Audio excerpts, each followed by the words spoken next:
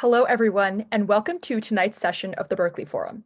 My name is Aparna Iyer. I'm the president of the forum, and we're incredibly excited to welcome you to tonight's event with Viet Thanh Nguyen. Before we begin, a few quick reminders for the audience.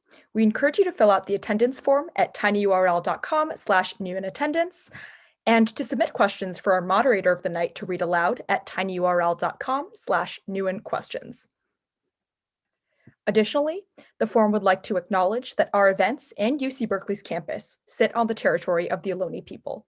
It's important for us to recognize this because we benefit from the continued occupation of this land and because the Muwekma Ohlone people are still alive and present within Berkeley and the Bay Area today. For more Native education resources on campus, we encourage you to look to the Center for Educational Justice and Community Engagement. With that, it is my pleasure to invite up our event manager for the evening to introduce the speaker, Dustin Newen. Thank you, Aparna. Viet Thanh Nguyen's novel, The Sympathizer, won the Pulitzer Prize for Fiction and numerous other awards. His most recent publication is the sequel to The Sympathizer, The Committed. His other books are a short story collection, The Refugees, Nothing Ever Dies, Vietnam and the Memory of War, a finalist for the National Book Award in Nonfiction and the National Book Critics Circle Award in General Nonfiction, and Race and Resistance, Literature and Politics in Asian America. He is a university professor, the Errol Arnold Chair of English, and a professor of English, American Studies and Ethnicity, and Comparative Literature at the University of Southern California. He is also a recipient of fellowships from the Guggenheim and MacArthur Foundations. It is with great pleasure that I welcome to the stage tonight's moderator, Felicity Liao, and our guest, Viet Thanh Nguyen. Thank you, Dustin, and thank you, Viet, for coming to speak here today. It is a pleasure to have you at the forum. Before I begin, thanks, Aparna, for starting off the event, and thanks to Dustin for introducing me. Sorry to interrupt. Go ahead. No worries, no worries. Before I begin, I would like to remind everyone in the audience that we have a Q&A form pinned in the comments again, and we will be taking a few of those questions at the end of this live stream. Let's start off by discussing your Pulitzer Prize-winning novel, The Sympathizer. The main character of The Sympathizer describes himself as a man of two faces and two minds, which you've mentioned in previous interviews is similar to how you felt growing up in the US. How, if at all, do you draw up on your background and lived experiences to inform your work? Oh, I draw on them a lot. I don't know if Dustin mentioned it in the interview or in the introduction, but I went to school at Berkeley. It was a life-changing experience for me to come to Berkeley as a 19-year-old student. I had transferred here from UCLA, which is not as good as Berkeley, by the way. And I felt really at home. I felt like I was coming home when I stepped foot on the Berkeley campus. I'd grown up not far away in San Jose, California, in the 1970s and 1980s, and San Jose is a very multicultural city, very diverse. But in the 1970s and 1980s, I think the conversation around race and other issues it's not like what we're having today, and hopefully not like what this generation of Berkeley students has had in growing up. I had multicultural friends, like Vietnamese and Mexican American friends, but my education was very elite, which is to say it was white. And it prepared me very well for a UC education in one way, but on the other hand, I felt that it had not prepared me to deal with my own history as a Vietnamese refugee. I'd come here as a refugee in 1975. And I did not have a vocabulary for understanding war, especially American wars in Asia, but just war in general and America's wars in general. Did not have a vocabulary for talking about race or difference or anything really. Not just race, but sexuality, class, any of these really crucial issues that shape all of our lives. And I had no particular vocabulary to describe, anti-Asian discrimination and violence and all these things that were that were pervasive back then, and I think still are. Pervasive, not necessarily in the sense that people were spitting on me or attacking me as is happening today, but pervasive in the sense that I think every daily life for Asian Americans would be a life under assault by stereotypes, by discrimination that we would hear in movies, on the radio, and things like that. So, I went to this very elite high school in San Jose called Bellarmine, which is a great school, but mostly white. And there was a handful of us who were of Asian descent. We knew we were different. We just didn't know how to put it into words. So the only thing we could call ourselves was the Asian invasion, a racist term.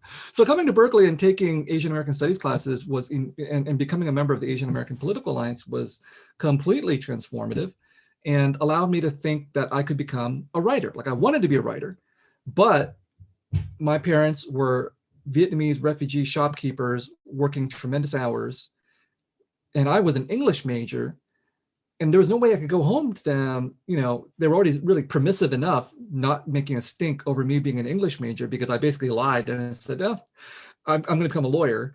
So I just held them off for a while. But there was no way I could come home to them and say, you know, I want to be a writer, or I want to get a PhD in English, which is what I eventually did. But Asian American Studies at Berkeley was really transformative because, and ethnic studies, which was actually the major that I chose, because it allowed me to see how what I cared about, writing and literature, these things that I think are enormously important to me, but hopefully to you as well, is not just art, although art is incredibly important, but it could also be political and social, that it could talk about things I've just talked to you about, and it could connect my passions in literature to the lives of my parents and Vietnamese refugees and Asian Americans and people of color and the entire United States. So yeah, that my personal upbringing and as a conflicted refugee and Asian American was definitely crucial to becoming a writer. One of the things that you just touched upon was actually war. So many of your characters within the Sympathizer and beyond are inspired by the memories of people during the Vietnam War. Drawing from this fictional exploration, how, if at all, does war shape personal identity? It completely shapes personal identity. And that is true whether we are aware of it or not. So as a Vietnamese refugee coming from a war, it was obvious, you know, that I would not be here in this country if it hadn't been for this war that was fought over there. And so I did not know how to make sense out of that, because in the 1970s and 1980s, there were two sources of information for me about the war in Vietnam. One source was my parents and the Vietnamese refugee community, and that was all in Vietnamese. And it was an education, informal education in bitterness, anger, melancholy, sadness, resentment, all kinds of negative emotions, because the Vietnamese refugees obviously felt that they had been defeated and had lost their country. And on the other side was the Hollywood version of the war in Vietnam, which is how most Americans and people the world over were being exposed to this war.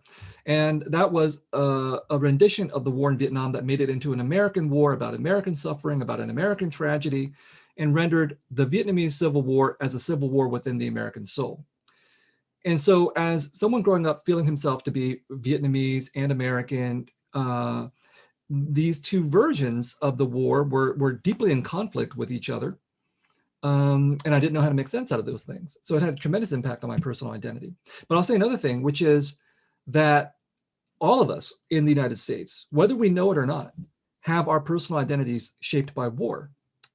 And that is because this country likes to fight wars. And this country is built on, right now, a military-industrial complex.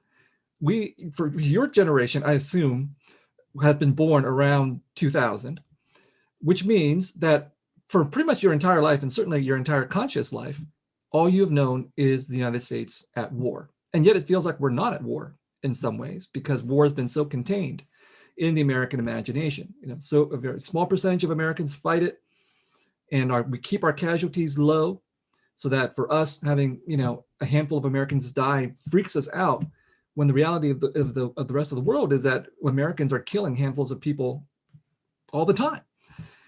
And Americans are not thinking about it. And Americans are not thinking about how their lives are completely intertwined with the military-industrial complex, right? And that is a way in which our personal identity is shaped by it, as a form of, for many people, denial and normalization, that this is the way it must be.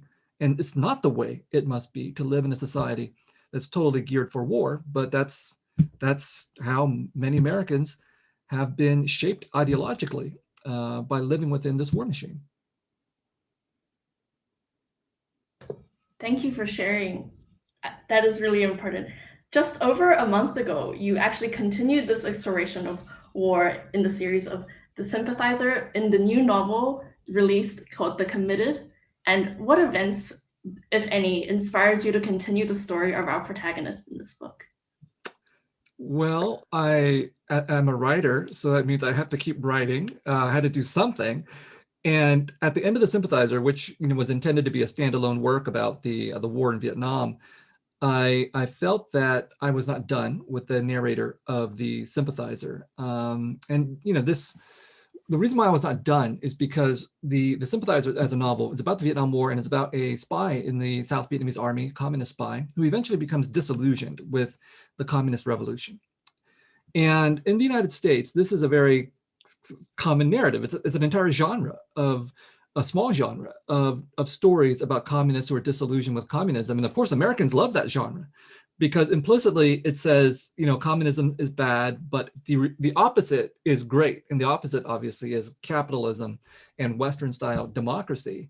And typically, so the way that this genre works itself out is at the end of such a story, the former communist runs off to leap into the embrace of the American dream or the West. And that was not what I wanted to happen at the end of The Sympathizer, because I think that binary is a false binary, and it's again one that services this ideology that we have as Americans, that we are living in the best country, the greatest country on earth, and of course everybody would want to come here and embrace our value system. Instead, I had a narrator at the end of The Sympathizer who I deliberately made disillusioned with communism, but not disillusioned with the idea of revolution itself, that there might be a better world out there, and that better world is not found at the bottom of a Happy Meal. And so it was necessary to write a sequel to try to answer the question, what happens to a revolutionary trying to rebuild himself, and what kind of a new revolution would he get, or would he look for? And these questions are actually born out of my experience at Berkeley. I did undergraduate here or at Berkeley, and then I continued to do a PhD at Berkeley in English. And I read a lot of political theory and anti-colonial theory and politics. And I was someone who was, tormented as a student by these questions of revolution and politics. Like, what is an ethical revolution? When can we use violence? When should we not use violence? This was the early 90s. And these were questions that were not that far removed from my time period, because the war in Vietnam had ended only in 1975. The decolonizing revolutions that had liberated much of Africa and Asia and Latin America had been going on through the 50s, the 60s, the 70s, into the 80s. At that time, there were still violent revolutions taking place in Latin America, revolutions often conducted against American-sponsored regimes. So these questions are really important to me. And I never answered them conclusively when I was there. And so the novels have been my way to try to wrestle with these questions, set in a different time period, but to wrestle with these questions. And so The Committed does take on these questions that I couldn't answer for myself back then, which is this relationship between violence and nonviolence in our quest for justice and revolution. Thank you for sharing. I want to dive more broadly into some of the overarching ideas and goals that you might have for your fiction. You have previously expressed in a New York Times article that your main wish in writing is to fuse together the critical and the creative. What challenges, if any, have you faced in achieving this goal through your writing? Maybe the major challenge is that here in the United States, our country is kind of anti-intellectual. I don't think we're a country that values intellectuals, and we're not a country that values mainstreaming theory and philosophy.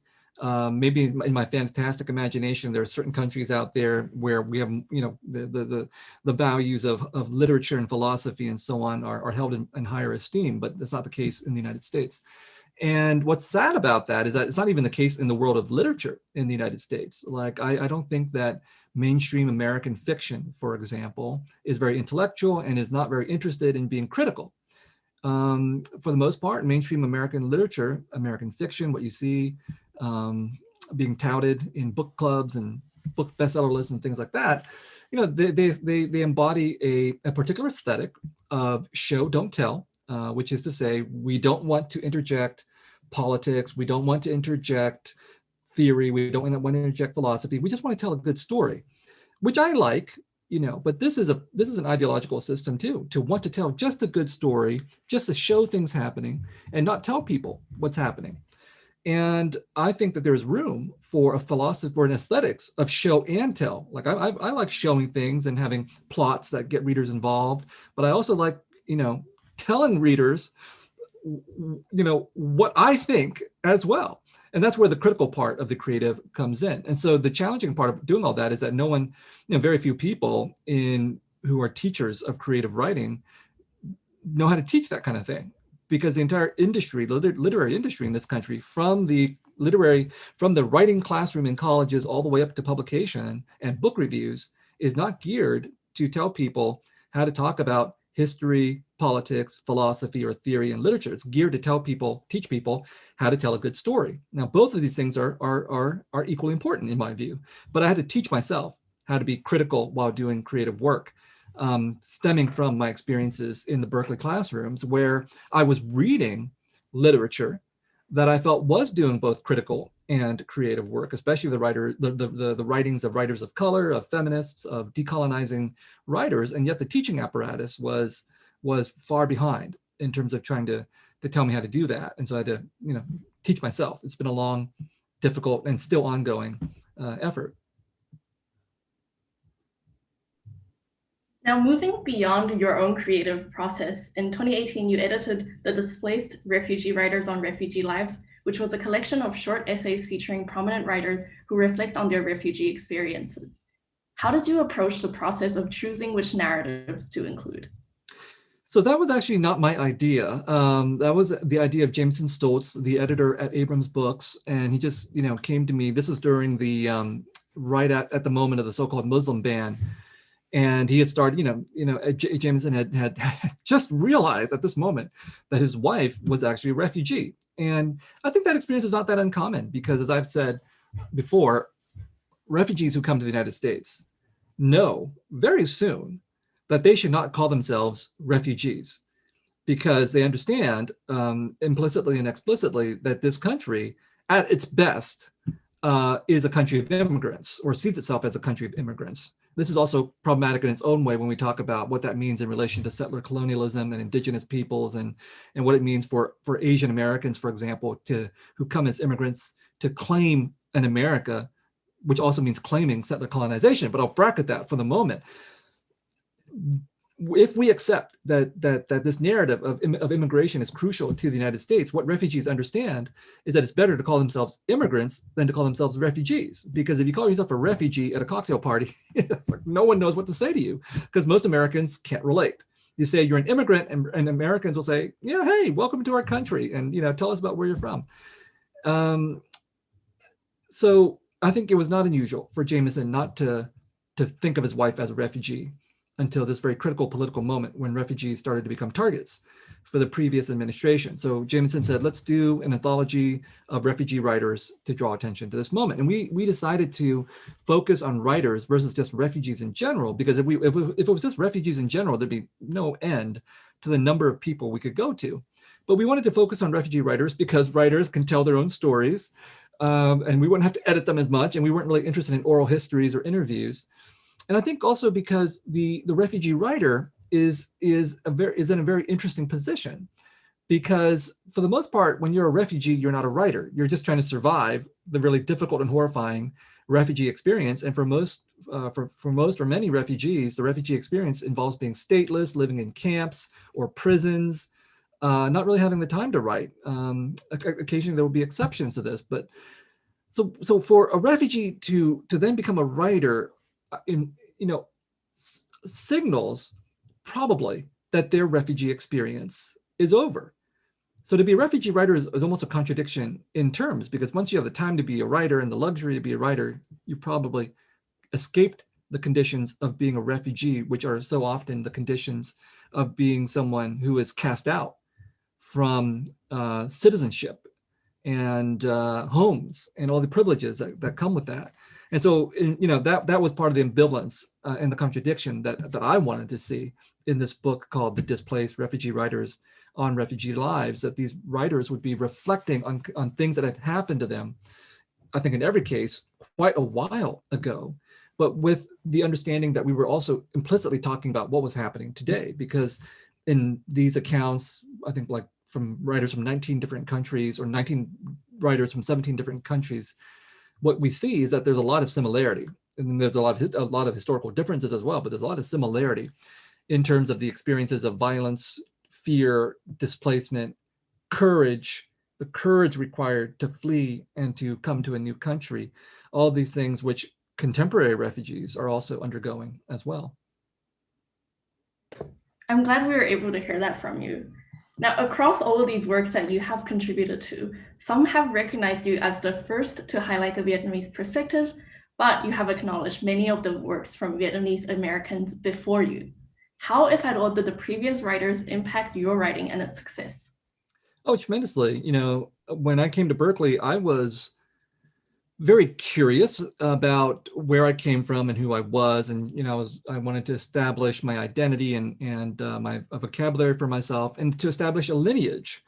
So the lineage as an Asian American was already there. You know, for me to come to Berkeley and call myself an Asian American was easy because, you know, we had Asian American studies classes, and there was Asian American literature and Asian American history and all of that.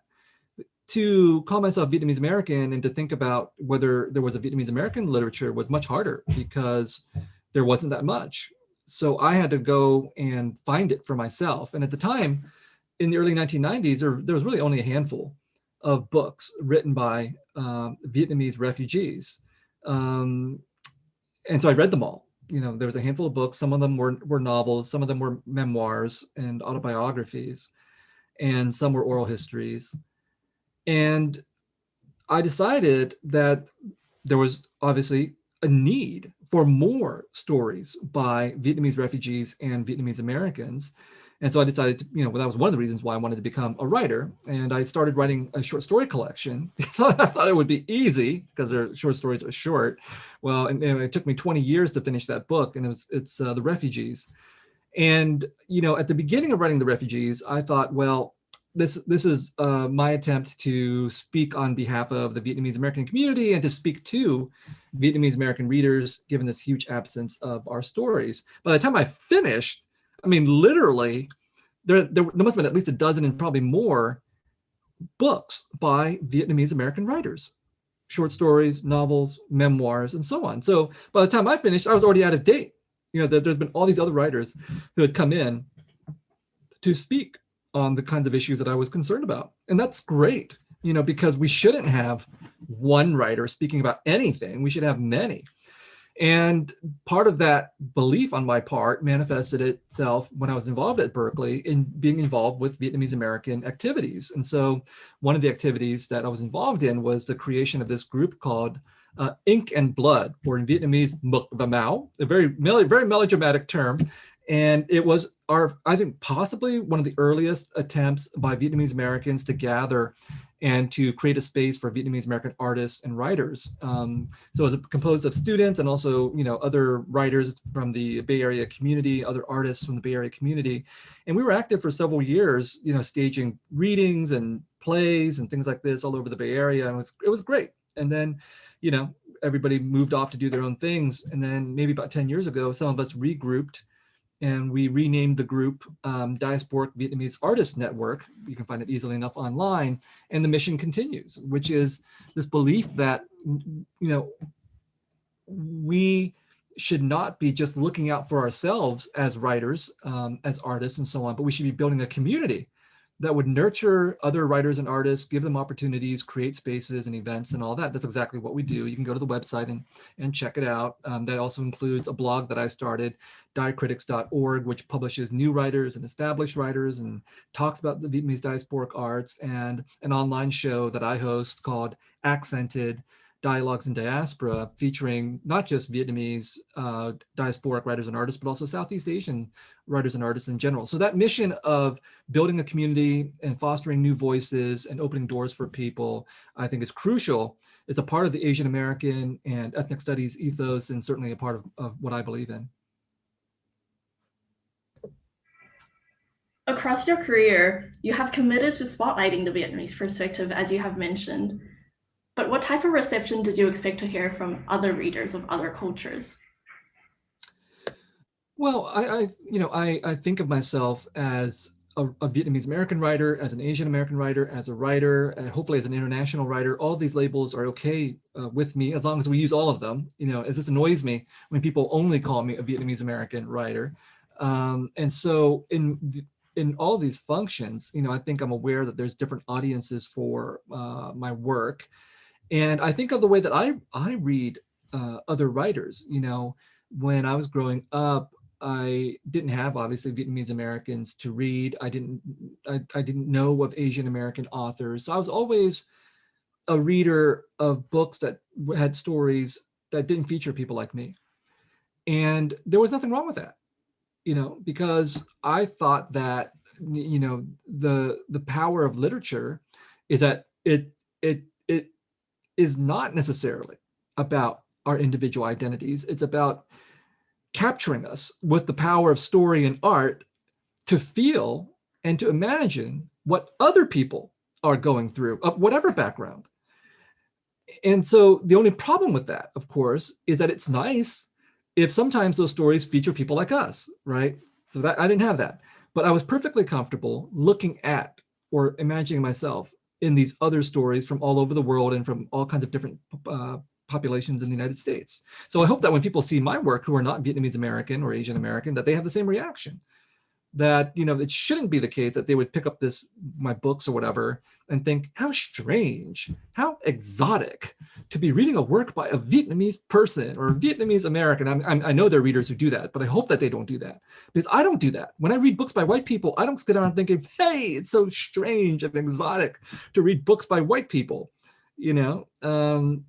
I want, let's say, I think my readers span the spectrum, that they're not just white people. But let's just look at white people as an example. When I read the literature of white people, have to accept that in some ways I'm on the outside. As an American, I may be on the inside, but in some ways I'm on the outside. When I read white people's, books and featuring their strange customs like divorce, didn't exist in Vietnamese Catholic culture. I have to understand that I have to listen, right? That's my role as a reader, to listen, to learn, and to understand, and to be humble in that regard. And yet there are so many non-Vietnamese, non-Asian American readers, a lot of whom are white, who approach the literatures of peoples of color and expect to be catered to. They're not used to being on the outside. They're part of the majority. They're used to being on the inside. They're used to having all their stories be about them. And then when they encounter something that's not about them, they expect to have everything handed to them on a platter, for the writer to serve as a translator, as an interpreter, as an ambassador. And this is a metaphor, by the way, for all kinds of social relations, not just literature. The people the majority expect to be catered to. In my function as a writer, I don't think writers should cater. I mean, some writers should, I guess. I mean, if you're writing a technical manual, I guess you should cater. Or a cookbook or something. But writers who are artists, who are like writing fiction and poetry, don't cater or don't translate. White writers don't have to cater, don't have to translate. Why should we? And so that's what I hope, non-Vietnamese, non-Asian readers will do when they approach my works, is to understand that they have to be in the position that I have always been in, which is to be on the outside, listening in, understanding my limitations, and trying to be as good of a reader as the book demands, right? That's a very important approach for me, both to being a reader and to being a writer. You mentioned in your experience that as an Asian American, you grew up with a lack of characters who looked like or severely misrepresented you. What progress across society do you think has been made with respect to this narrative scarcity? A little bit, not a whole lot, So today, for example, I was just reading an article about Hank Azaria's apology for playing the character of Apu on The Simpsons. Maybe you've seen it, but it's a stereotypical 7-Eleven, owner with the Indian accent and everything. And it's really interesting that Hank Azaria, who did this role for like 20 years, apologized for it after this whole campaign by Indian Americans to say this is racist and it's really damaging to Indian Americans to see themselves represented in this way. From the perspective of the comedians and from white people or non-Indians, it's like, it's just a joke. You know, why can't you take a joke? But from the perspective of Indian Americans, when they live in narrative scarcity, and this is like the only representation that exists, it's not just a joke. You know, it's terribly damaging. And in the Washington Post today, what I was just reading was an Indian American actress who was responding by saying, I accept your apology. And in fact, Hank Azaria's apology was actually really sincere and really well done. Like, you know, you were all witnesses to terrible, you know, fake apologies, but he listened, he learned, he apologized, he swore to do better. That's a really good model for apology. And all of Hollywood should do the same, because all of Hollywood has been doing this to Asian Americans for as long as Hollywood has existed. And it's not just a joke, because if that's the only way by which someone is represented, and it is not being done out of love and understanding, it's not a joke, it's an insult. And I think we as Asian Americans understand the difference. Like when I hear Margaret Cho or Russell Peters doing Asian accented jokes, I laugh, because I understand that they love the people that they're making fun of. We can make fun of people, including our own families and ourselves, but it has to be done out of the spirit of love and understanding. I think when we hear white comedians insult Asians with accents and dog-eating jokes, etc., it's not being done out of love. It's being done as a form of bullying. So I think there's a huge difference that we have to be aware of. And so the apology is a sign that something has changed. You know, even Jay Leno apologized for his dog-eating jokes, right? So something has changed, and Hollywood's feeling a little bit guilty that maybe they have a little bit of understanding that anti-Asian jokes are not harmless. They can be harmless physically most of the time, but eventually they're part of a spectrum of a system of belief that demeans Asians and leads to things like violence and murder. At the very least, they lead to bullying. And this is why representations do matter. I mean, I don't think representations are enough to change all the various problems we confront, but representations do matter. And so the fact that there's more cognizance of the power of representations to do damage, and that there needs to be a space created for Asian and Asian American actors and stories and producers and directors and writers and so on is really crucial. And so we see a little bit of headway being made. I mean, I guess if as long as a Marvel Comics universe exists, there should be Asians. And now we have Shang-Chi. That's fine. That's good. If you don't want to be buff, whatever. If you don't want to feel like you have to have muscles in order to be represented, you can turn to Steve Yeun in Minari. And so we're starting to get more of that kind of diversity of representation, but obviously still a much, much longer road to go down. So all of those of you who are listening, yes, if you're doctors, lawyers, engineers, I think business administration, operations, research, computer science, it's good. We need all of that.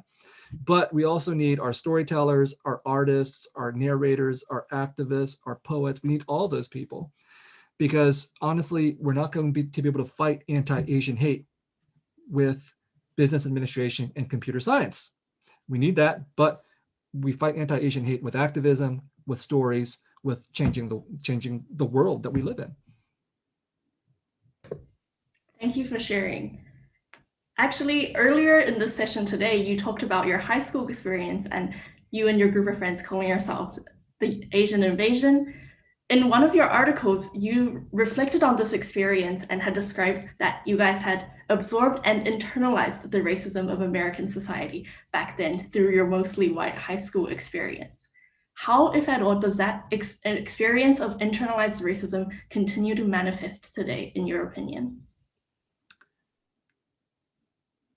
Well, it's a complicated question, because I think if we're talking specifically about Asian Americans or any specific ethnic group, I think there's enough awareness, political awareness, racial awareness, so that people are aware when racism is directed against them. At the most explicit level, violence, bullying, insults, this kind of thing. Even the most conservative, hopefully Asian American out there, if they're being called some racial epithet to their face, should recognize this is racism. But beyond that, it becomes a more complicated question. I think that we can internalize racism in more subtle ways about ourselves. The internalization of a model minority stereotype, for example, I think is probably fairly common among Asian Americans who buy into that idea explicitly or implicitly without realizing how pernicious the model minority stereotype is and how it functions to position us in a certain way on the political landscape of the United States, to accept our own subjugation by giving us a bone. Basically what the model minority stereotype does is say, hey, if you're well-behaved, etc., we'll give you, a college degree and the opportunity to buy a house in a suburb. And the compromise is you keep your mouth shut about politics. And that's a kind of internalized racism, because what you've done is you've said, okay, I'll accept my subjugated position in American society. I'll accept my little sliver of the pie and and accept the fact that there are so many other people who will not have any part of that pie at all. That's a kind of internalized racism.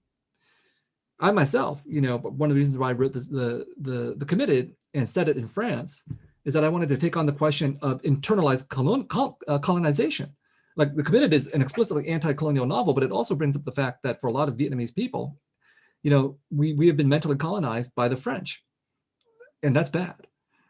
Our mental colonization by the French means that we've forgotten the horrors that the French committed against Vietnamese, Cambodians, Laotians, and Hmong people in their French Indochina under the veneer of this romanticization of French colonialism. And I don't think we're unusual in that respect. Colonization is really powerful because not only because of the violence that is a part of colonization, but because of the psychological and cultural ways that colonizers and colonizing cultures can get people to accept colonization and its benefits. And that may be the last note to end on in this question, because even if we're cognizant of the ways by which we might be subjected to racism, we may not be cognizant of how we participate in racism against other people. So, for example, I go back to that question about Asian Americans now in the age of anti-Asian hatred becoming ever more vocal that they are Americans. And this has been a long reflex and imperative in Asian American culture and politics. We are Americans. We belong here. We've been here for centuries. You're not going to get rid of us. That's sort of the rhetoric now in this moment of Stop AAPI Hate. And yes, it's important to say these things. Yes, it's important to acknowledge how long we've been here as Americans. But to claim America means that we claim all of America, which means that we claim American racism, the American racism that benefits us. That is a racism of colonization. You started off, or the Berkeley Forum started off by acknowledging the land claim and the fact that we are on Ohlone land, which is great. But what that means, and I think your acknowledgement recognizes that, is that we still live in a colonizing society. That indigenous peoples would say they're still being colonized or fighting off colonization at the moment. And yet for most non-indigenous peoples, or for many non-indigenous peoples, there isn't that recognition that they participate in colonization, that they certainly benefit from colonization, and that they may participate in colonization today simply because of the structure of American society. That's a kind of internalized racism right there, that we don't understand where our privileges are coming from, and that we don't understand sometimes how defending our own interests, which seems good and right, might also involve taking away something from somebody else. And so there's many different ways in which that's taking place right now.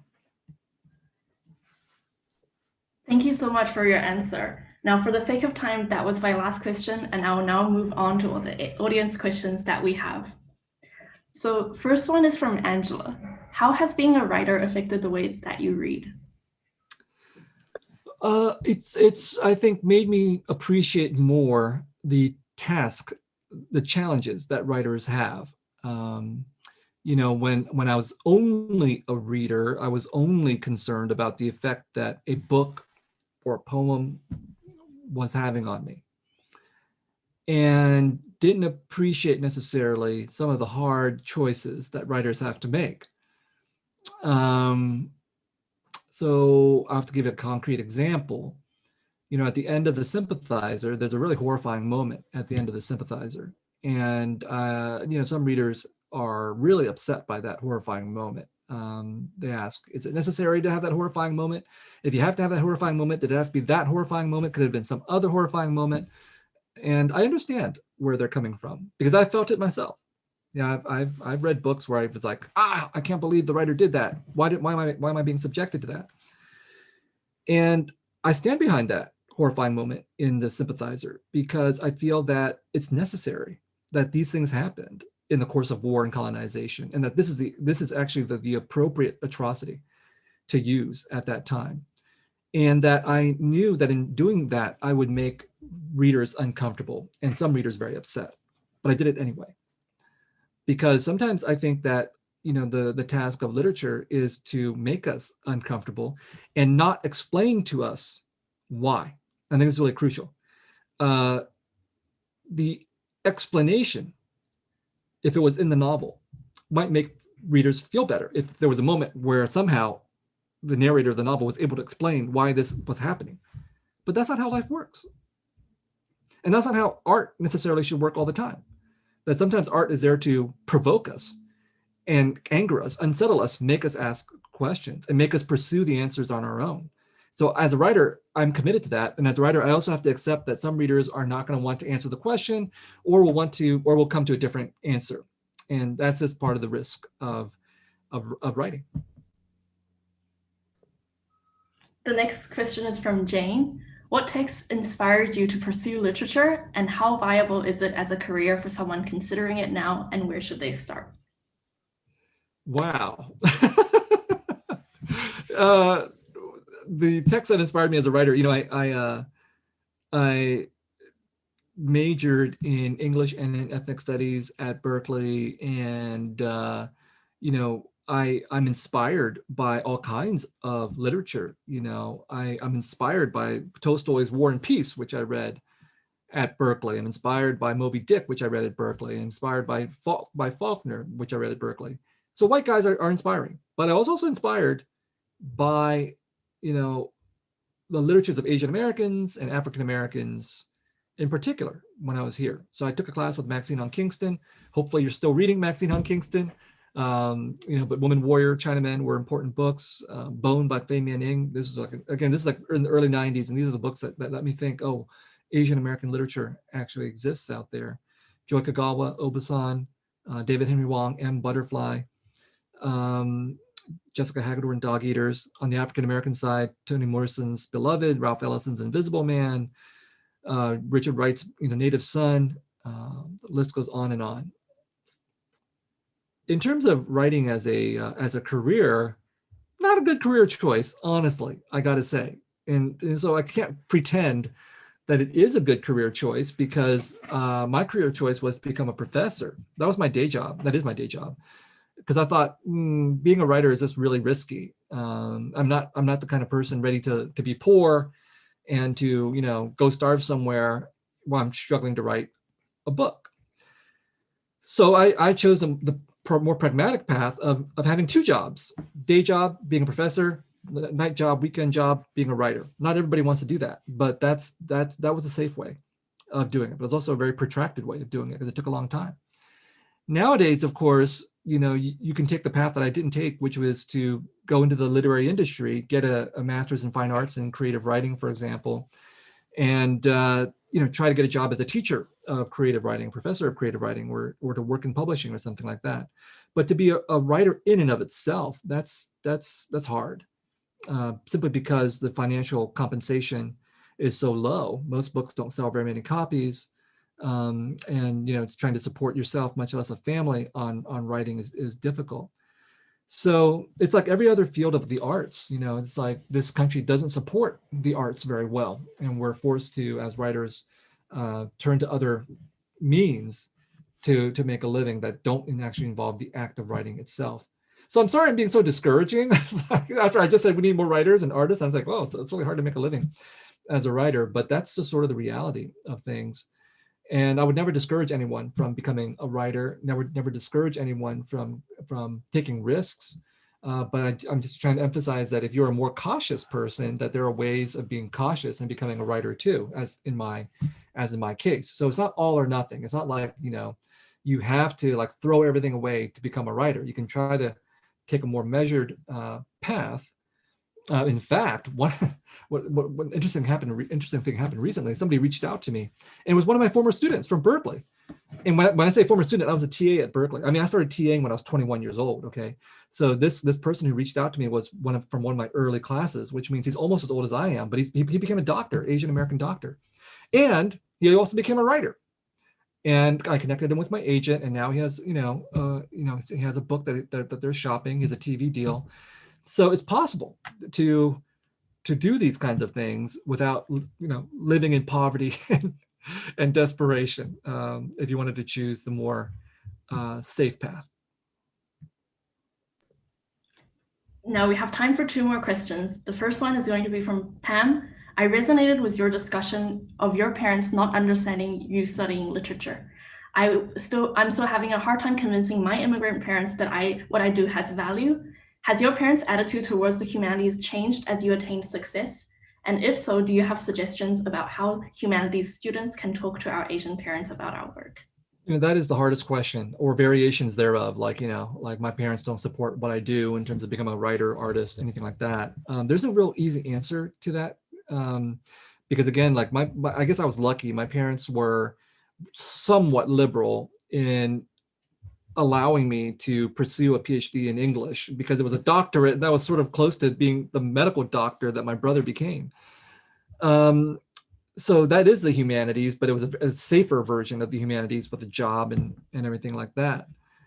And so certainly when my parents had no idea I wanted to be a writer. I thought that was a bridge too far to talk about being a writer. And so when my book started to get published, that was just a bonus for my parents. And then, when they became successful, they were obviously, happy about that. But we shouldn't have to be that successful in order to do what we want to do. Like I've said, I've made a big case for mediocrity.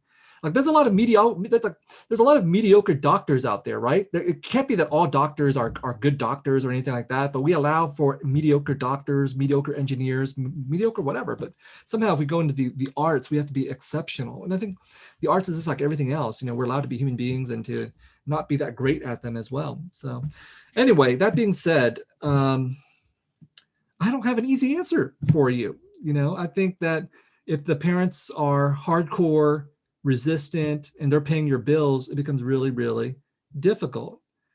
Other than that, you wear them down, honestly. Okay.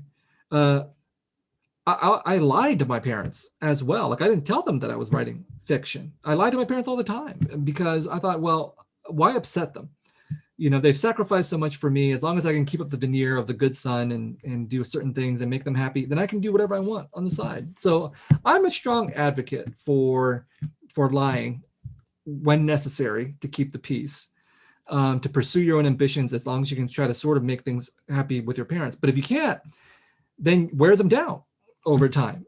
They have to, unless they're the worst kind of stereotypical parents who are going to disown you because you're not going to become a doctor, in which case I don't know what to tell you. But unless they're that kind of a parent, then they'll get old, okay, and then they'll just have to accept who you are with one degree of reluctance or another. I'm speaking to you as someone who's old, okay, with an older father, and people do become more susceptible over time. So it can be a long, hard campaign, but it may pay off. So good luck to you. Our last question for today. You have criticized the trope of being called a voice for the voiceless, saying that we should instead abolish the conditions of voicelessness by amplifying untold narratives from marginalized minority communities. How does your writing, especially in your recent novel, The Committed, help you affect social change? I have no idea. It's an aspiration, of course. And I think like for me as a writer, I was always anxious about this question of what literature can do or what art can do in general. Because obviously, and here, let me put this another way, going back to the mediocre doctor example, like anybody can become a doctor, or bank president or something, and no one expects them to change the world. they just got a job like everybody else, right? But for writers and artists, it's oftentimes the burden is so much greater on us. And especially if people are like me who talk about changing the world, then you're like, oh, you didn't change the world with your book. Well, you know, the average bank president doesn't matter either. The average bank president will die and no one will ever care that they ever existed at the same time. So I think that, first of all, when it comes to the arts, we should both have a pragmatic sense of what the arts does and what it can do. You know, they're just everyday people in the arts. And then we can have aspirations, right? I mean, it's the same thing like if you're going into tech, like it'd be awesome if you became a tech billionaire who changed the entire landscape of the world. But for most 99% of tech people, they're just going to be like everybody else, a drone in whatever they're doing. So we should have some lowered expectations for art. Now, that being said, what if we do want art to change the world? Then I think about it as a collective enterprise, you know, that we all benefit from the collective enterprise of art and literature. Imagine a world in which there was no art or literature, and that would include every kind of book, every kind of story, no Marvel Comics universe, for example, if that's what you're into. All that vanishes without art and literature. So we're all part of that as a collective enterprise. And then when it comes to the question itself, like, does my book make any difference? Does it change anything? My feeling has always been that art can't be considered in isolation from social and political movements around the question of social change. And by that, I mean that when we look at the history of art and literature that has advocated for social and political change or consciousness in one way or another, it's always been in relationship to social and political movements. So when we talk about Asian American literature, for example, I benefited from the fact that when I came to Berkeley in the 1990s, there was Asian American literature as a name, as a category. And that was partly because there was also an Asian American movement that established the possibility of calling oneself Asian American, having categories like Asian American, creating an Asian American Studies department, and so on. And so I didn't, you know, one reason I call myself a voice for the voiceless is because I wouldn't have existed as a writer without all these interventions from other writers before me, but also from these social and political movements before me as well. So any writer who comes out and says, you know, hey, you know, I'm just here because of my genius is a liar or is self-deluded. And so if The Committed, this novel, for example, has any capacity to make any kind of social change, it's because it exists in a lineage of work and of activism that has already been trying to make that social change. And within The Committed, if you read it, it's a novel that also talks about the precedents. You know, the people that I was reading at Berkeley in the 90s, for example, were people like Aimé Césaire and Frantz Fanon, these Black decolonizing intellectuals who were working against French colonization. And then in The Committed, I get a chance to refer to them.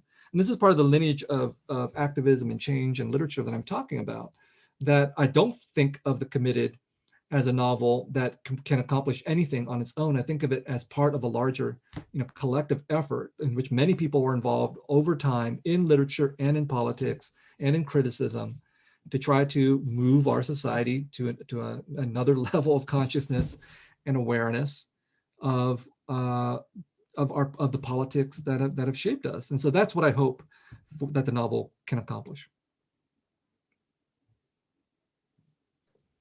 Thank you so much for answering all our questions. I'd now like to invite the President and Partner Year back on stage for some closing remarks. Thank you both so much for that incredible conversation. A huge virtual round of applause to our speaker and to our moderator, Felicity, for this evening. And Viet, we appreciate you being here so much. In fact, as a token of our appreciation, at every single Berkeley Forum event, our communications team designs a custom poster for the speaker, and this one is no exception. So this was designed for you tonight by Flora from our communications team, and as soon as we're safe and back in person, we'll make sure to mail that out to you. And if at this point you have any last closing remarks that you'd like to make, you can feel free to do that. Thank you so much, Aparna. Thank you, Felicity, for moderating the conversation. I really enjoyed myself. Flora, thank you for the design.